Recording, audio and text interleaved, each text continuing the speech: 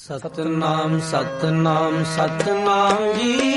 ਵਾਹਿਗੁਰੂ ਵਾਹਿਗੁਰੂ ਵਾਹਿਗੁਰੂ ਜੀ। ਧੰਨ ਵਾਹਿਗੁਰੂ ਸਾਹਿਬ ਜੀ। ਇੱਕ ਓੰਕਾਰ ਸਤਨਾਮ ਕਰਤਾ ਪੁਰਖ ਨਿਰਭਉ ਨਿਰਵੈਰ ਅਕਾਲ ਮੂਰਤ ਅਜੂਨੀ ਸਹਿਭੰ ਗੁਰ ਪ੍ਰਸਾਦ। ਰਾਗ ਸੂਹੀ ਮਹਿਲਾ ਪਹਿਲਾ। ਚੌਪਦੇ ਘਰ ਪਹਿਲਾ। ਭਾਂਡਾ ਧੋਏ ਬੈਸ ਧੂਪ ਦੇਵੋ। ਤਉ ਦੁਧੈ ਕੋ ਜਾਵੋ। ਦੂਧ ਕਰਮ ਫੁਨ ਸੁਰਤ ਸਮਾਇਣ। ਹੋਏ ਨਿਰਾਸ ਜਮਾਵੋ। ਜਪੋ ਤਾ ਏਕੋ ਨਾਮਾ। ਅਵਰ ਨਿਰਾਫਲ ਕਾਮਾ ਰਹਾਉ। ਇਹ ਮਨ ਈਟੀ ਹਾਥ ਕਰੋ ਫੁਨ। ਨੇਤਰੋ ਨੀਂਦ ਨ ਆਵੈ। ਰਸਨਾ ਨਾਮ ਜਪੋ ਤਬ ਮਥੀਐ। ਇਨ ਬਿਦ ਅੰਮ੍ਰਿਤ ਪਾਵੋ। ਮਨ ਸੰਪਟ ਜਿਤ ਸਤ ਸਰ ਨਾਵਣ। ਭਾਵਨ ਪਾਤੀ ਤ੍ਰਿਪਤ ਕਰੇ। ਪੂਜਾ ਪ੍ਰਾਣ ਸੇਵਕ ਜੇ ਸੇਵੇ। ਇਨ ਬਿਦ ਸਾਹਿਬ ਰਵਤ ਰਹੈ। ਕਹਿੰਦੇ ਕਹੈ ਕਹੇ ਕਹਿ ਜਾਵੈ। ਤੁਮ ਸਾਰ ਅਵਰ ਨਾ ਕੋਈ। ਭਗਤਹੀਨ ਨਾਨਕ ਜਨ ਜੰਪੈ। ਹਾਂ ਸਾਲਾਹੀ ਸੱਚਾ ਸੋਈ। ਕਹਿੰਦੇ ਕਹੈ ਕਹੇ ਕਹਿ ਜਾਵੈ। ਤੁਮ ਸਾਰ ਅਵਰ ਨਾ ਕੋਈ। ਭਗਤਹੀਨ ਨਾਨਕ ਜਨ ਜੰਪੈ। ਹਾਂ ਸਾਲਾਹੀ ਸੱਚਾ ਸੋਈ। ਵਾਹਿਗੁਰੂ ਜੀ ਕਾ ਖਾਲਸਾ ਵਾਹਿਗੁਰੂ ਜੀ ਕੀ ਫਤਿਹ। ਗੁਰੂ ਪਿਆਰੀ ਸਾਧ ਸੰਗਤ ਜੀ, ਅੱਜ ਦਾ ਪਾਵਨ ਸ਼ਬਦ ਸੂਹੀ ਰਾਗ ਦੇ ਵਿੱਚ ਧੰਨ ਧੰਨ ਸਤਿਗੁਰੂ ਸਾਹਿਬ ਸ੍ਰੀ ਗੁਰੂ ਨਾਨਕ ਸਾਹਿਬ ਮਹਾਰਾਜ ਜੀ ਦਾ ਉਚਾਰਨ ਕੀਤਾ ਹੋਇਆ ਗੁਰੂ ਗ੍ਰੰਥ ਸਾਹਿਬ ਜੀ ਮਹਾਰਾਜ ਜੀ ਦੇ ਅੰਕ 728 ਦੇ ਉੱਪਰ ਅੰਕਿਤ ਹੈ। ਸੂਹੀ ਰਾਗ ਦਾ ਪਹਿਲਾ ਸ਼ਬਦ ਹੈ। ਇਸ ਪਾਵਨ ਸ਼ਬਦ ਤੋਂ ਪਹਿਲਾਂ ਮੂਲ ਮੰਤਰ ਗੁਰੂ ਸਾਹਿਬ ਮਹਾਰਾਜ ਜੀ ਨੇ ਦਰਜ ਕੀਤਾ ਹੈ। ਪਰਮਾਤਮਾ ਅਕਾਲ ਪੁਰਖ ਦੇ ਪਰਮੇਸ਼ਰ ਜੀ ਦੇ ਇੱਥੇ ਗੁਣਾਂ ਨੂੰ ਬਿਆਨ ਕਰਦਿਆਂ ਨਾਲ ਸੋਝੀ ਦਿੱਤੀ ਹੈ ਕਿ ਇਹ ਗੁਣ ਜਿਹੜੇ ਹਨ, ਇੱਕ ਓੰਕਾਰ ਸਤਨਾਮ ਕਰਤਾ ਪੁਰਖ ਨਿਰਭਉ ਨਿਰਵੈਰ ਅਕਾਲ ਮੂਰਤ ਅਜੂਨੀ ਸਹਿਭੰ ਗੁਰ ਪ੍ਰਸਾਦ। ਇਹਦੇ ਵਿੱਚ ਸਤਿਗੁਰੂ ਜੀ ਨੇ 8 ਗੁਣ ਜਿਹੜੇ ਹਨ ਪਰਮੇਸ਼ਰ ਜੀ ਦੇ ਵਾਹਿਗੁਰੂ ਜੀ ਦੇ ਉਚਾਰਨ ਕੀਤੇ ਹਨ। ਤੇ ਇਹਦਾ ਗਿਆਨ ਜਿਹੜਾ ਹੈ ਗੁਰੂ ਦੀ ਕਿਰਪਾ ਦੇ ਨਾਲ ਹੁੰਦਾ ਹੈ। ਗੁਰ ਪ੍ਰਸਾਦ, ਗੁਰੂ ਦੇ ਗਿਆਨ ਨਾਲ ਹੀ ਪਤਾ ਲੱਗਦਾ ਹੈ ਪਰਮਾਤਮਾ ਅਕਾਲ ਪੁਰਖ ਦੀ ਹੋਂਦ ਜਿਹੜੀ ਹੈ ਔਰ ਪਰਮਾਤਮਾ ਕੀ ਹੈ। ਹਾਂ, ਇੱਕ ਹੋਰ ਜੀਵਨ ਦੇ ਵਿੱਚ ਇਹ ਸਮਝਣ ਦੀ ਗੱਲ ਹੈ, ਰੋਜ਼ ਅਸੀਂ ਪੜ੍ਹਦੇ ਹਾਂ ਇਹ ਗੁਣ ਪਰਮਾਤਮਾ ਦੇ ਹਨ, ਪਰ ਉਹ ਜਪਦਿਆਂ ਇਹ ਅਸੀਂ ਗੁਣਾਂ ਦੇ ਧਾਰਨੀ ਹੋਣਾ ਹੈ ਗੁਰੂ ਦੇ ਗਿਆਨ ਦੇ ਰਾਹੀਂ। ਗੁਣ ਕਹੈ ਗੁਣੀ ਸਮਾਵਣੇ।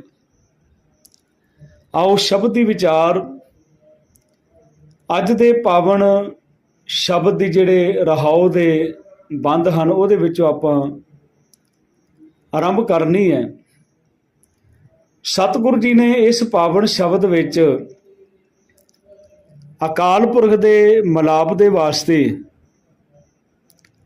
ਬਾਹਰਲੀਆਂ ਦੋ ਉਦਾਹਰਨਾਂ ਦੇ ਕੇ ਸਾਨੂੰ ਸਮਝਾਉਣਾ ਕੀਤਾ ਹੈ ਅਤੇ ਇਸ ਸ਼ਬਦ ਦਾ ਜਿਹੜਾ ਕੇਂਦਰੀ ਭਾਵ ਹੈ, ਰਹਾਉ ਦਾ ਬੰਦ ਹੈ, ਉਹਦੇ ਵਿੱਚ ਸਤਿਗੁਰੂ ਜੀ ਸਮਝਾ ਰਹੇ ਹਨ ਕਿ ਇਹ ਭਾਈ, ਜੇ ਪ੍ਰਮਾਤਮਾ ਦੀ ਪ੍ਰਾਪਤੀ ਕਰਨੀ ਹੈ ਤੇ ਸਿਰਫ ਉਸ ਅਕਾਲ ਪੁਰਖ ਦਾ ਨਾਮ ਜਪੋ ਤਾਂ ਇੱਕੋ ਨਾਮਾ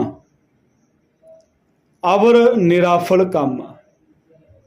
ਤੇ ਪ੍ਰਭੂ ਦਾ ਨਾਮ ਛੱਡ ਕੇ, ਪ੍ਰਭੂ ਦਾ ਨਾਮ ਸਿਮਰਨ ਛੱਡ ਕੇ ਜਿਹੜਾ ਵੀ ਅਸੀਂ ਹੋਰ ਕੋਈ ਉਦਮ ਕਰਦੇ ਹਾਂ, ਕੰਮ ਕਰਦੇ ਹਾਂ, ਉਹ ਸਭ ਕੁਝ ਵਿਅਰਥ ਹੈ। ਅਵਰ ਨਿਰਾਫਲ ਕੰਮ। ਜਿਸ ਤਰ੍ਹਾਂ ਆਪਾਂ ਰੋਜ਼ ਹੀ ਪੜ੍ਹਦੇ ਹਾਂ, ਭਈ ਪ੍ਰਾਪਤ ਮਨੁੱਖ ਦੇ ਹੁਰੀਆ, ਗੋਬਿੰਦ ਮਿਲਣ ਕੀ ਇਹ ਤੇਰੀ ਵਰੀਆ। ਉਹਨੂੰ ਮਿਲਣ ਵਾਸਤੇ ਕਰਨਾ ਕੀ ਹੈ? ਗੁਰੂ ਸਾਹਿਬ ਕਹਿੰਦੇ ਭਾਈ, ਅਵਰ ਕਾਜ ਤੇਰੇ ਕਿਤੇ ਨਾ ਕਾਮ, ਮਿਲ ਸਾਧ ਸੰਗਤ ਭਜ ਕੇਵਲ ਨਾ। ਕਈ ਵੇਲੇ ਲੋਕ ਇਹਦਾ ਅਰਥ ਕਰਦੇ ਆ ਜਾਂ ਅਸੀਂ ਆਪਣੇ ਸੋਚ ਦੇ ਮੁਤਾਬਕ ਅਰਥ ਕਰਦੇ ਆ ਵੀ ਜਿਹੜੇ ਅਸੀਂ ਆਪ ਕੰਮ ਕਰਦੇ ਆ, ਕਿਰਤ ਕਰਦੇ ਆ, ਇਹ ਕੰਮ ਕਿਸੇ ਕੰਮ ਨਹੀਂ ਹਨ, ਪਰਮੇਸ਼ਰ ਦਾ ਨਾਮ ਜਪਣਾ ਹੀ ਨਹੀਂ। ਭਾਈ ਸਤਿਗੁਰੂ ਕਹਿੰਦੇ ਨਾਮ ਨੂੰ ਛੱਡ ਕੇ ਜਿਹੜੇ ਅਸੀਂ ਕੰਮ ਕਰਦੇ ਆ, ਕਰਮ ਕਾਂਡ ਕਰਦੇ ਆ, ਇਹ ਵਿਅਰਥ ਹਨ। ਇਹਨਾਂ ਨਾਲ ਰੱਬ ਦੀ ਪ੍ਰਾਪਤੀ ਨਹੀਂ ਹੈ। ਕੋਈ ਕਿਸੇ ਦੇ ਕਹਿਣ ਤੇ ਕੋਈ ਜੰਗਲਾਂ ਵਿੱਚ ਚਲਾ ਗਿਆ, ਕੋਈ ਪੁੱਠਾ ਲਟਕ ਰਿਹਾ, ਕੋਈ ਕੁਛ ਸਾਧਨ ਕਰ ਰਿਹਾ, ਇਹ ਕੰਮ ਤੇਰੇ ਕਿਸੇ ਕੰਮ ਨਹੀਂ ਹਨ। ਅਵਰ ਕਾਜ ਤੇਰੇ ਕਿਤੇ ਨਾ ਕਾਮ, ਕੀ ਕਰਨਾ? ਮਿਲ ਸਾਧ ਸੰਗਤ ਭਜ ਕੇਵਲ ਨਾ। ਕਬੀਰ ਸਾਹਿਬ ਦੇ ਇੱਕ ਬਚਨ ਹੁੰਦੇ ਆ, ਕਹਿਤ ਕਬੀਰ ਸੁਣੋ ਰੇ ਪ੍ਰਾਣੀ, ਛੋਡੋ ਮਨ ਕੇ ਭਰਮ।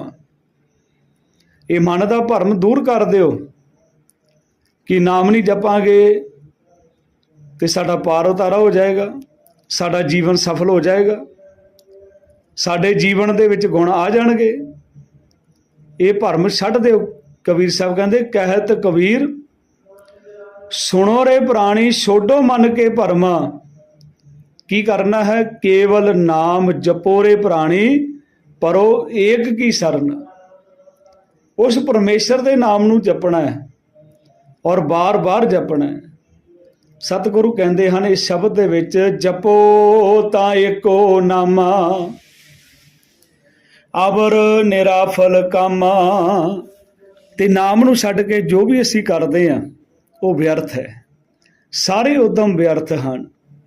ਉਸ ਪਰਮੇਸ਼ਰ ਦੇ ਨਾਮ ਨੂੰ, ਉਹਦੇ ਗੁਣਾਂ ਨੂੰ ਉਚਾਰਨ ਕਰਨਾ, ਜੋ ਸਤਿਗੁਰੂ ਗੁਰਬਾਣੀ ਗੁਰੂ ਜੀ ਸਾਨੂੰ ਸੋਝੀ ਦਿੰਦੇ ਆ, ਉਹਨੂੰ ਸਮਝ ਕੇ ਉਹਦੇ ਮੁਤਾਬਕ ਜੀਵਨ ਨੂੰ ਢਾਲਣ ਦਾ ਯਤਨ ਕਰਨਾ। ਸ਼ਬਦ ਦੀ ਆਰੰਭਤਾ ਹੁੰਦੀ ਹੈ, ਰਾਗ ਸੂਹੀ ਮਹਿਲਾ ਪਹਿਲਾ, ਚੌਪਦੇ। ਇਹ ਸ਼ਬਦ ਦੇ 4 ਪਦੇ ਹਨ ਤੇ ਪਹਿਲੇ ਘਰ ਵਿੱਚ ਗਾਉਣ ਦੀ ਹਦਾਇਤ ਕੀਤੀ ਹੈ। ਹੁਣ ਸਤਿਗੁਰੂ ਜੀ ਪਹਿਲੀ ਉਦਾਹਰਣ ਦੇ ਰਹੇ ਹਨ। ਅੱਜ ਵੀ ਕਿਤੇ ਕਿਤੇ ਇਹ ਮਿਹਨਤ ਵਾਲੇ ਕੰਮ ਰਹਿ ਗਏ ਹਨ, ਨਹੀਂ ਤਾਂ ਮਸ਼ੀਨਾਂ ਵਾਲੇ ਕੰਮ ਹੋ ਗਏ ਹਨ। ਪੁਰਾਣੇ ਸਮਿਆਂ ਦੇ ਵਿੱਚ ਸਾਡੀਆਂ ਮਾਵਾਂ, ਦਾਦੀਆਂ, ਪੜਦਾਦੀਆਂ ਖੁਦ ਮੱਖਣ ਪ੍ਰਾਪਤ ਕਰਨ ਲਈ ਇਹ ਸਾਰੇ ਉਦਮ ਕਰਨੇ। ਅੰਮ੍ਰਿਤ ਵੇਲੇ ਉੱਠ ਕੇ ਨਾਲ ਨਾਲ ਬਾਣੀ ਵੀ ਪੜ੍ਹੀ ਜਾਣੀ। ਸਤਿਗੁਰੂ ਉਹਦੀ ਉਦਾਹਰਣ ਦੇ ਰਹੇ ਆ ਵੀ ਜਿਸ ਤਰ੍ਹਾਂ ਅਸੀਂ ਮੱਖਣ ਹਾਸਲ ਕਰਨ ਲਈ, ਹੁਣ ਜਿੱਦਾਂ ਹੁਣ ਭਾਂਡਾ ਪਹਿਲਾਂ ਧੋਤਾ, ਫਿਰ ਉਸ ਭਾਂਡੇ ਨੂੰ ਧੂਪ ਦੇਣ ਦਾ ਮਤਲਬ ਵੀ ਚੰਗੀ ਤਰ੍ਹਾਂ ਚੈੱਕ ਕਰਦੇ ਹਾਂ, ਫਿਰ ਅਸੀਂ ਦੁੱਧ ਲੈਣ ਜਾਂਦੇ। ਤੇ ਜਦੋਂ ਦੁੱਧ ਖਰਾਬ ਹੁੰਦਾ ਨਾ ਤੇ ਆਪਾਂ ਉਲਾਂਭਾ ਦਿੰਦੇ ਹਾਂ ਵੀ ਭਾਈ ਅੱਜ ਤਾਂ ਦੁੱਧ ਫਟ ਗਿਆ। ਤੇ ਦੁੱਧ ਵਾਲੇ ਦਾ ਪਹਿਲਾ ਇਹੀ ਜਵਾਬ ਹੁੰਦਾ ਹੈ ਵੀ ਤੁਹਾਡਾ ਭਾਂਡਾ ਸਾਫ਼ ਨਹੀਂ ਹੋਣਾ, ਮੈਂ ਤਾਂ ਸਾਰੀ ਜਗ੍ਹਾ ਦੁੱਧ ਪਾ ਕੇ ਆਇਆ, ਪਹਿਲਾਂ ਅਸੀਂ ਭਾਂਡੇ ਨੂੰ ਸਾਫ਼ ਕਰਦੇ ਹਾਂ, ਪਰ ਭਾਂਡਾ ਕੀ ਹੈ? ਹਿਰਦਾ। ਇਸੇ ਹੀ ਰਾਗ ਦੇ ਵਿੱਚ ਅਗਲੇ ਅੰਕ ਦੇ ਉੱਪਰ 730 ਦੇ ਉੱਪਰ ਸ਼ਬਦ ਹੈ, ਭਾਂਡਾ ਅੱਛਾ ਸੋਏ ਜੋ ਤਿਸ ਭਾਵ ਸੀ। ਹਿਰਦਾ ਉਹੀ ਚੰਗਾ ਹੈ ਜੋ ਪ੍ਰਮਾਤਮਾ ਨੂੰ ਚੰਗਾ ਲੱਗਦਾ ਹੈ। ਭਾਂਡਾ ਆਤਮਲੀਨ ਧੋਤਾ ਅੱਛਾ ਨਾ ਹੋਏ ਸੀ। ਬਾਹਰੋਂ ਤੀਰਥਾਂ ਦੇ ਧੋਣ ਦੇ ਨਾਲ ਹਿਰਦਾ ਅੰਦਰੋਂ ਪਵਿੱਤਰ ਨਹੀਂ ਹੋ ਸਕਦਾ। ਫਿਰ ਕਿਸ ਤਰ੍ਹਾਂ ਪਵਿੱਤਰ ਹੁੰਦਾ? ਸਾਹਿਬ ਕਹਿੰਦੇ ਗੁਰੂ ਦੁਆਰੇ ਹੋਏ ਸੋਝੀ ਪਾਏ ਸੀ, ਏਤ ਦੁਆਰੇ ਧੋਏ ਅੱਛਾ ਹੋਏ ਸੀ। ਭਾਂਡਾ ਧੋਏ ਬੈਸ ਧੂਪ ਦੇਵ। ਪਹਿਲਾਂ ਅਸੀਂ ਭਾਂਡੇ ਨੂੰ ਧੋਂਦੇ ਹਾਂ, ਫਿਰ ਉਹਨੂੰ ਚੰਗੀ ਤਰ੍ਹਾਂ ਚੈੱਕ ਕਰਦੇ ਹਾਂ, ਫਿਰ ਜਾਗ ਲਾ ਕੇ ਉਸ ਨੂੰ ਜਮਾਉਂਦੇ ਹਾਂ। ਇਸ ਤਰ੍ਹਾਂ ਗੁਰੂ ਸਾਹਿਬ ਕਹਿੰਦੇ ਭਾਈ ਜੇ ਤੁਸੀਂ ਨਾਮ ਅੰਮ੍ਰਿਤ ਪ੍ਰਾਪਤ ਕਰਨਾ ਨਾ, ਫਿਰ ਕਰਨਾ ਕੀ ਹੈ? ਹਿਰਦੇ ਨੂੰ ਪਵਿੱਤਰ ਕਰਨਾ ਪਏਗਾ, ਟਿਕਾਉਣਾ ਪਏਗਾ, ਵਿਕਾਰਾਂ ਦੇ ਵੱਲੋਂ ਅਸ਼ੋਹ ਹੋਣਾ ਪਏਗਾ, ਫਿਰ ਮਨ ਨੂੰ ਰੋਕਣਾ ਪਏਗਾ। ਮਨ ਕਿਉਂਕਿ ਬਹੁਤ ਦੌੜਦਾ ਹੈ। ਤੇ ਇਸ ਤਰ੍ਹਾਂ ਹਿਰਦੇ ਭਾਂਡੇ ਨੂੰ ਧੂਪ ਦਿਓ, ਮਤਲਬ ਉਹਨੂੰ ਚੰਗੀ ਤਰ੍ਹਾਂ ਪੜਤਾਲੋ, ਫਿਰ ਦੁੱਧ ਲੈਣ ਜਾਓ। ਹੁਣ ਦੁੱਧ ਕੀ ਹੈ? ਦੂਧ ਕਰਮ ਫੁਨ ਸੁਰਤ ਸਮਾਇਨ। ਹੁਣ ਦੁੱਧ ਜਿਹੜਾ ਹੈ ਰੋਜ਼ਾਨਾ ਜਿਹੜਾ ਆਪਾਂ ਕਿਰਤਕਾਰ ਕਰਨੀ ਹੈ ਨਾ, ਦੁੱਧ ਹੈ। ਅੰਮ੍ਰਿਤ ਵੇਲੇ ਉੱਠਣਾ, ਨਿਤਨੇਮ ਕਰਨਾ, ਸੰਗਤ ਕਰਨੀ, ਸਹਿਜ ਪਾਠ ਦਾ ਨਿਤਨੇਮ ਕਰਨਾ, ਬਾਣੀ ਦੇ ਸ਼ਬਦ ਦੀ ਵਿਚਾਰ ਕਰਨੀ, ਕੀਰਤਨ ਸੁਣਨਾ, ਇਹ ਰੋਜ਼ ਦੀ ਕਿਰਤਕਾਰ ਹੈ, ਇਹ ਦੁੱਧ ਹੈ। ਤੇ ਪ੍ਰਭੂ ਚਰਨਾਂ ਵਿੱਚ ਹਰ ਵੇਲੇ ਸੁਰਤ ਜੋੜੀ ਰੱਖਣੀ, ਇਹ ਉਹਦੇ ਵਿੱਚ ਜਾਗ ਲਾਉਣੀ ਹੈ। ਦੂਧ ਕਰਮ ਫੁਨ ਸੁਰਤ ਸਮਾਇਨ। ਸਮਾਇਨ ਕਹਿੰਦੇ ਜਾਗ ਲਾਉਣੀ। ਹੋਏ ਨਿਰਾਸ ਜਮਾਵੋ। ਫਿਰ ਜਦੋਂ ਸੁਰਤ ਜੁੜੇਗੀ, ਇਹ ਜਿਹੜੀਆਂ ਦੁਨਿਆਵੀ ਆਸਾਂ ਉਤੋਂ ਉੱਪਰ ਉੱਠ ਜਾਵਾਂਗੇ ਨਾ, ਉਤੋਂ ਉਪਰਾਮ ਹੋ ਜਾਵਾਂਗੇ। ਇਸ ਤਰ੍ਹਾਂ ਦੁੱਧ ਜੰਮੇਗਾ। ਭਾਵ ਜੁੜੀ ਸੁਰਤ ਦੀ ਸਹਾਇਤਾ ਨਾਲ ਰੋਜ਼ਾਨਾ ਜੋ ਅਸੀਂ ਇਹ ਮਿਹਨਤ ਕਰਨੀ ਹੈ, ਮਸ਼ੱਕਤ ਕਰਨੀ ਹੈ, ਪ੍ਰਭੂ ਦਾ ਨਾਮ ਜਪਣਾ ਹੈ, ਬਾਣੀ ਪੜ੍ਹਨੀ ਹੈ, ਇਸ ਤਰ੍ਹਾਂ ਕਰਦਿਆਂ ਕਰਦਿਆਂ ਇਸ ਸੰਸਾਰ ਦੇ ਵਿੱਚ ਰਹਿੰਦਿਆਂ ਹੋਇਆਂ ਵੀ ਮਾਇਆ ਵੱਲੋਂ ਉਪਰਾਮ ਹੋ ਕੇ ਜੀਵਨ ਬਣੇਗਾ। ਪਰ ਉਹਦੇ ਵਾਸਤੇ ਸਤਿਗੁਰੂ ਕਹਿੰਦੇ ਪਰ ਇੱਕ ਦੇ ਨਾਲ ਜੁੜੇ ਰਹੋ। ਇੱਕ ਪਰਮੇਸ਼ਰ ਦਾ ਨਾਮ ਜਪਿਓ, ਜਪੋ ਤਾਂ ਇੱਕੋ ਨਾਮਾ ਅਵਰ ਨਿਰਾਫਲ ਕੰਮ। ਫਿਰ ਗੁਰੂ ਸਾਹਿਬ ਜੀ ਉਸੇ ਭਾਵ ਦੀ ਉਦਾਹਰਨ ਦੇ ਰਹੇ ਹਨ। ਇਹ ਮਨ ਈਟੀ ਹਾਥ ਕਰੋ ਫੁਨ, ਨੇਤਰੋ ਨੀਂਦ ਨਾ ਆਵੇ। ਹੱਥ ਦੇ ਵਿੱਚ ਜਿਸ ਵੇਲੇ ਦੁੱਧ ਰੜਕਣ ਵੇਲੇ ਨੇਤਰੇ ਦੀਆਂ ਈਟੀਆਂ ਹੱਥ ਵਿੱਚ ਫੜਦੀਆਂ ਸਨ। ਇਹ ਮਨ ਈਟੀ ਕਹਿੰਦੇ ਇਸ ਮਨ ਨੂੰ ਵਸ ਵਿੱਚ ਕਰੋ, ਕਿਉਂਕਿ ਇਹਦੇ ਨਾਲ ਹੀ ਰੜਕਣਾ ਨਾ। ਪਰ ਸਾਡਾ ਤਰੀਕਾ ਵੀ ਬਹੁਤ ਅਲੱਗ ਹੈ। ਅਸੀਂ ਇੰਨੀ ਜਲਦੀ ਕਰਦੇ ਹਾਂ ਤੇ ਜਿਹਦੇ ਨਾਲ ਰਸ ਕੋਈ ਨਹੀਂ ਆਉਂਦਾ ਜੀਵਨ ਵਿੱਚ, ਨਾ ਪੜ੍ਹਨ ਵਾਲੇ ਨੂੰ ਤੇ ਨਾ ਸੁਣਨ ਵਾਲੇ ਨੂੰ। ਜੇ ਹੁਣ ਪੜ੍ਹਨ ਵਾਲੇ ਨੂੰ ਰਸ ਨਹੀਂ ਆਇਆ ਤੇ ਸੁਣਨ ਵਾਲੇ ਨੂੰ ਕੀ ਰਸ ਹੋਣਾ? ਸਤਿਗੁਰੂ ਜੀ ਕਹਿੰਦੇ ਹਰ ਕਾ ਬਿਲੋਵਣਾ ਬਿਲੋਵੋ ਮੇਰੇ ਭਾਈ, ਸਹਿਜ ਬਿਲੋਵੋ ਜੈਸੇ ਤਤ ਨਾ ਜਾਏ। ਇੰਨੀ ਸਪੀਡ ਦੇ ਨਾਲ ਜੇ ਬਾਣੀ ਵੀ ਪੜ੍ਹ ਰਹੇ ਹਾਂ, ਜੇ ਸਿਮਰਨ ਵੀ ਕਰ ਰਹੇ ਹਾਂ, ਬੜੀ ਸਪੀਡ ਦੱਬੀ ਹੋਈ ਹੈ। ਕਿਹਨੂੰ ਸਮਝ ਲੱਗ ਰਹੀ ਹੈ? ਜੇ ਆਪਣੇ ਆਪ ਨੂੰ ਸਮਝ ਨਹੀਂ ਲੱਗੀ, ਕਹਿੰਦੇ ਇਹਨੂੰ ਮਨ ਨੂੰ ਵਸ ਵਿੱਚ ਕਰੋ। ਇਹ ਮਨ ਈਟੀ ਹਾਥ ਕਰੋ ਫੁਨ, ਨੇਤਰੋਂ ਨੀਂਦ ਨਾ ਆਵੇ। ਜਦੋਂ ਈਟੀਆਂ ਹੱਥ ਵਿੱਚ ਫੜੀਆਂ, ਮਾਇਆ ਦੇ ਮੋਹ ਦੀ ਨੀਂਦ ਮਨ ਉੱਤੇ ਪ੍ਰਭਾਵ ਨਹੀਂ ਪਾਉਂਦੀ। ਇਹ ਹੈ ਨੇਤਰਾ। ਇਹ ਮਨ ਈਟੀ ਹਾਥ ਕਰੋ ਫੁਨ, ਨੇਤਰੋਂ ਨੀਂਦ ਨਾ ਆਵੇ। ਮਾਇਆ ਦੇ ਮੋਹ ਤੋਂ ਉਪਰਾਮ ਹੋ ਜਾਓਗੇ, ਪਰਮੇਸ਼ਰ ਨਾਲ ਜੁੜ ਜਾਓਗੇ ਤੇ ਰਸਨਾ ਦੇ ਨਾਲ ਜਪੋਗੇ। ਜਪੋ ਤਾਂ ਇੱਕੋ ਨਾਮਾ ਅਵਰ ਨਿਰਾਫਲ ਕਾ। ਗੁਰੂ ਸਾਹਿਬ ਕਹਿੰਦੇ ਭਾਈ ਰਸਨਾ ਨਾਮ ਜਪੋ ਤਬ ਮਥੀਐ, ਇਨ ਬਿਦ ਅੰਮ੍ਰਿਤ ਪਾਵੋ। ਆਪਣੀ ਰਸਨਾ ਦੇ ਨਾਲ, ਆਪਣੀ ਜੀਭ ਦੇ ਨਾਲ ਜਦੋਂ ਵਾਹਿਗੁਰੂ ਅਕਾਲ ਪੁਰਖ ਪਰਮੇਸ਼ਰ ਜੀ ਦਾ ਨਾਮ ਜਪਣਾ ਹੈ, ਜਿਉਂ-ਜਿਉਂ ਨਾਮ ਜਪਣਾ ਹੈ, ਤਿਉਂ-ਤਿਉਂ ਇਹ ਜਿਹੜੀ ਆਪਾਂ ਰੋਜ਼ਾਨਾ ਕਿਰਤ ਕਰ ਰੂਪੀ ਦੁੱਧ ਹੈ ਨਾ, ਰਿੜਕੇ ਤੇ ਰਹਾਂਗੇ ਤੇ ਇਹਨਾਂ ਤਰੀਕਿਆਂ ਨਾਲ ਨਾਮ ਅੰਮ੍ਰਿਤ ਪ੍ਰਾਪਤ ਕਰ ਲਵਾਂਗੇ। ਰਸਨਾ ਨਾਮ ਜਪੋ ਤਬ ਮਥੀਐ, ਇਨ ਬਿਦ ਅੰਮ੍ਰਿਤ ਪਾਵੋ। ਆਤਮਿਕ ਜੀਵਨ ਦੇਣ ਵਾਲਾ ਪਰਮੇਸ਼ਰ ਦਾ ਨਾਮ ਪ੍ਰਾਪਤ ਹੋ ਜਾਏਗਾ। ਹੁਣ ਧੰਨ ਸਾਹਿਬ ਸ੍ਰੀ ਗੁਰੂ ਨਾਨਕ ਸਾਹਿਬ ਜੀ ਹੋਰ ਇੱਕ ਉਦਾਹਰਨ ਦੇ ਰਹੇ ਹਨ। ਮਨ ਸੰਪਟ ਜਿਤ ਸਤ ਸਰ ਨਾਵਣ, ਭਾਵਨ ਪਾਤੀ ਤ੍ਰਿਪਤ ਕਰੇ। ਜਦੋਂ ਨਾ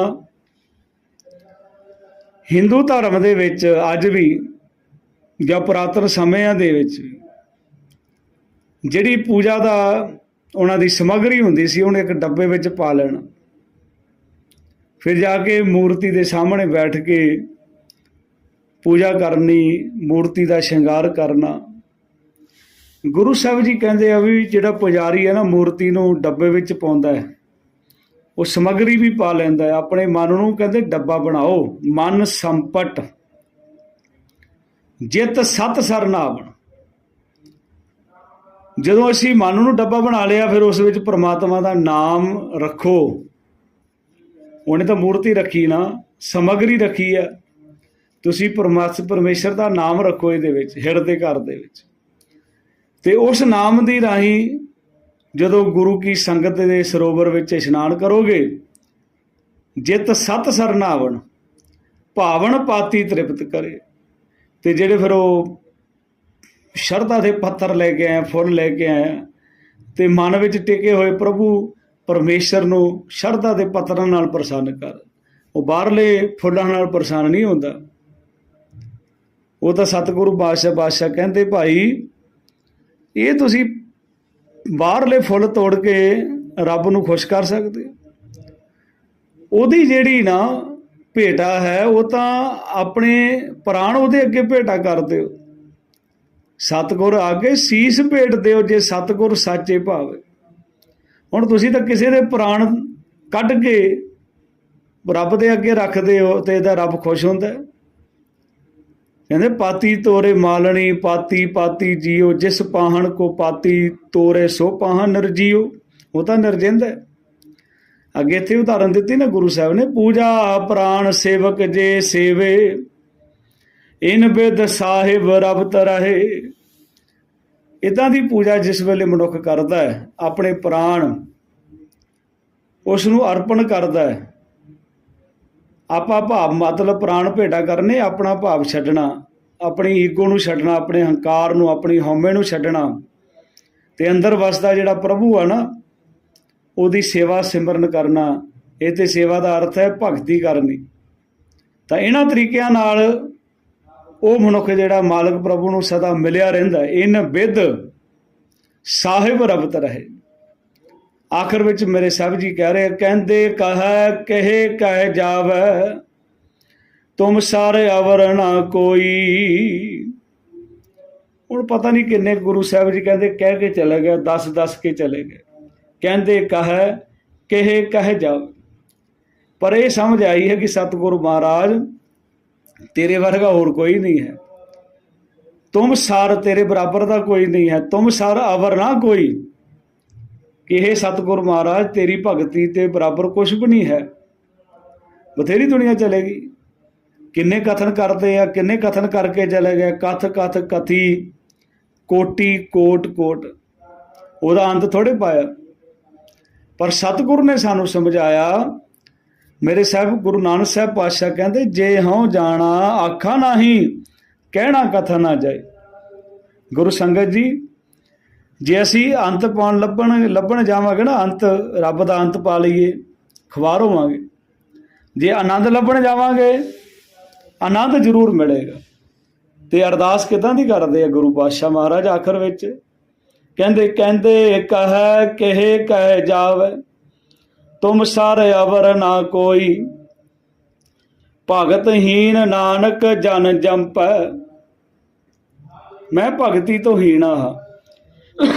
ਤੇਰੇ ਚਰਨਾਂ ਦੇ ਵਿੱਚ ਬੇਨਤੀ ਕਰਦਾ ਹਾਂ ਕਿ ਇਹ ਸਤਿਗੁਰ ਮਹਾਰਾਜ ਕਿਰਪਾ ਕਰ, ਮੈਂ ਤੇਰੀ ਸਦਾ ਸਿਫਤ ਸਲਾਹ ਕਰਦਾ ਰਹਾ। ਭਗਤ ਹੀਣ, ਇੱਥੇ ਭਗਤ ਦਾ ਅਰਥ ਹੈ ਭਗਤੀ। ਜਿਸ ਤਰ੍ਹਾਂ ਭਗਤ ਸ਼ਬਦ ਆਉਂਦਾ ਭੱਬਾ ਗੱਗਾ ਤੱਤਾ, ਉਹਦਾ ਅਰਥ ਹੈ ਬਹੁ ਬਚਨ, ਬਹੁਤ ਭਗਤਾਂ ਦੀ ਗੱਲ ਕੀਤੀ। ਜਿੱਥੋਂ ਭੱਬਾ ਗੱਗਾ ਤੱਤੇ ਨੂੰ ਔਂਕੜ ਆਉਂਦਾ ਹੈ ਉੱਥੇ ਇੱਕ ਭਗਤ ਦੀ ਗੱਲ ਹੈ, ਤੇ ਜਿੱਥੇ ਭਗਤ ਤੇ ਤੱਤੇ ਨੂੰ ਸਿਹਾਰੀ ਆਉਂਦੀ ਹੈ ਉਹਦਾ ਅਰਥ ਹੈ ਭਗਤੀ। ਤੇਰਾ ਦਾਸ ਨਾਨਕ ਜਿਹੜਾ ਹੈ ਨਾ ਭਗਤੀ ਤੋਂ ਹੀਣਾ ਹੈ। ਸਭ ਕਹਿੰਦੇ ਤੇਰੇ ਦਰ ਤੇ ਬੇਨਤੀ ਕਰਦਾ ਹੈ, ਇਹ ਪਰਮੇਸ਼ਰ ਕਿਰਪਾ ਕਰ, ਮੈਂ ਤੇਰੀ ਸਦਾ ਸਿਫਤ ਸਲਾਹ ਕਰਦਾ ਰਹਾ। ਕਿਹੜੀ ਸਿਫਤ ਸਲਾਹ? ਜਿਹੜੀ ਸਤਿਗੁਰ ਨੇ ਸ਼ਬਦ ਦੇ ਰਹਾਉ ਦੇ ਬੰਦ ਵਿੱਚ ਬਖਸ਼ਿਸ਼ ਕੀਤੀ ਹੈ। ਜਪੋ ਤਾਏ ਕੋ ਨਾਮਾ ਅਵਰ ਨਿਰਾਫਲ ਕਾਮਾ। ਗੁਰੂ ਮਹਾਰਾਜ ਕਿਰਪਾ ਕਰਨ।